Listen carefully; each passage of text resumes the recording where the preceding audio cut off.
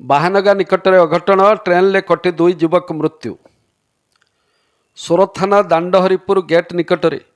ଟ୍ରେନ୍ରେ କଟି 2 ଜଣ ଯୁବକଙ୍କ ମୃତ୍ୟୁ ଘଟିଥିବା ଜଣାପଡ଼ିଛି।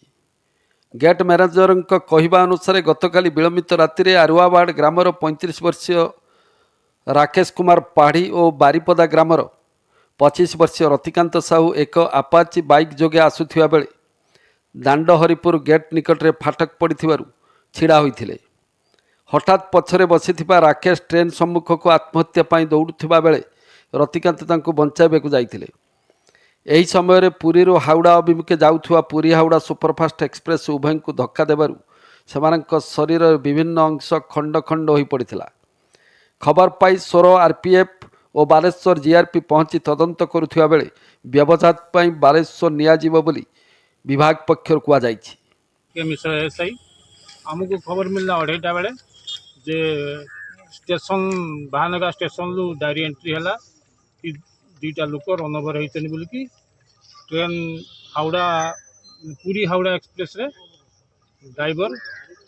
डायरी एंट्री देता बाहानगा स्टेशन ले से डायरी एंट्री अनुजाई आमको जो खबर मिलला पाखापाखि रात 3टा पाखापाखि आम आसिक पहुँचलु। ये पहुँचला गेटमैन को पचारू गेटमैन तार 2टा पॉइंट ड्यूटी थिला से भी तापर गेटमैन कहला कि सार एरकम जड़े लोक 2 जन लोक बाइक रे आसले गेट पड़ी गाड़ी पाखापाखि हो गला हावड़ा पुरी एक्सप्रेस जड़े हठात दौड़ी पलि आसला ट्रेन को आउ जड़े धरिकी बचाई चेष्टा करता 2 जन जाक गाड़ी आत्महत्या हाँ 2 जन जाक गाड़ी आगे डेसिंग हो गला माने ये जना पड़ी आत्महत्या करने से प्रिपेयर होकर आसते जड़े चेष्टा करता बचाई कि 2 जन जाक गाड़ी बाड़े गले जहाँद्वारा कि डेड बॉडी आसिक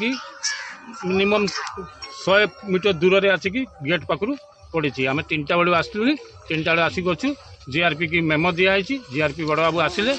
डेड बॉडी पोस्टमार्टम जीव एत पर्यटन परिचय किसी आम पाइपारूँ जीआरपी आसला जहाँ परिचय मिल से गंदे आपको तथ्य दिज्व।